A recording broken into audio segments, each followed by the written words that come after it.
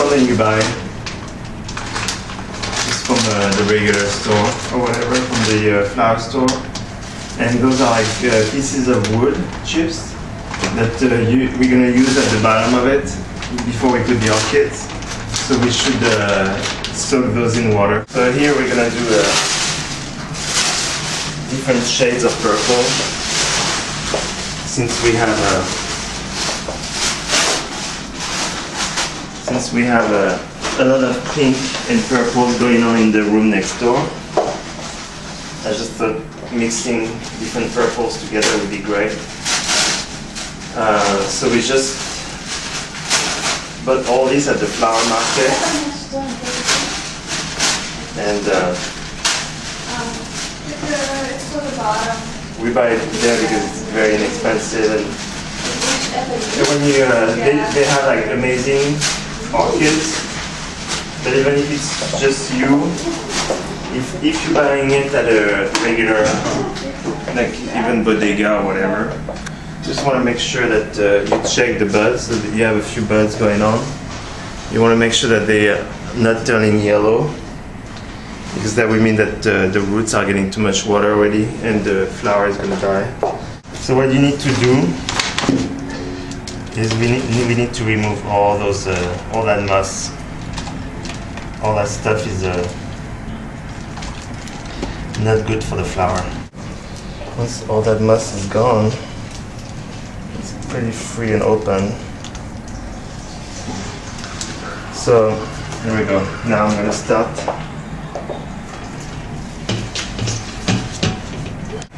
They're not going to be molding anything because those wood chips are very good for holding the moisture a little bit, but not too much.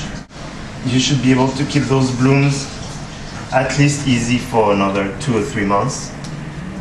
It's still going to be blooming for 2 or 3 months. And once all the blooms are gone, you grab your clippers and you want to clip it at the roots, like right down there. You just clip it. And but what you need to do once it's clipped, you don't want to forget about your orchid. So you still have to spray water on it once a week. 2 or 3 jets on it. That's enough. That's all you need. Unless you have a very, very dry apartment, you want to check it out to make sure that it doesn't look too dry. This one I'll put here.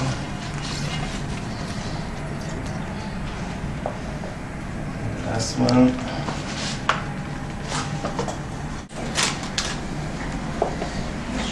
What I'm doing is I'm wrapping around those little moss pieces. I'm gonna start to go around. It kind of brings like a nice look to hold the orchid. So it just helps to make it prettier when you tie things together. It makes it look more professional too.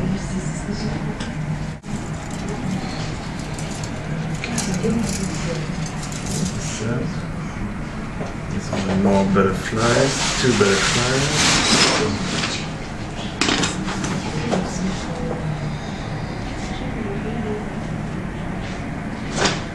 I love those Spanish moss kind of look. You see how the dark sticks look so much better than the light bamboos? It just gives you a more modern feel also. Because our vase is so modern. I don't want it to look like grandma's old orchids. Orchid. Did you wear a ponytail? No, I used to do the twist in the front. And somehow it holds itself together. I'm gonna do this little one like this. And also what we can do, Steph, is if we don't get more rocks, is we can also use aquarium rocks.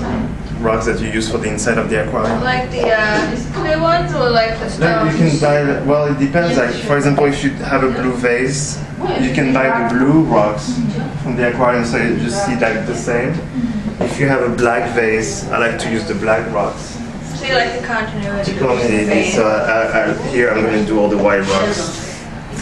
And that's it, we're done. And pretty much you're going to have a huge flower arrangement for the fraction of the cost, and it's going to last you for, at least 3 months.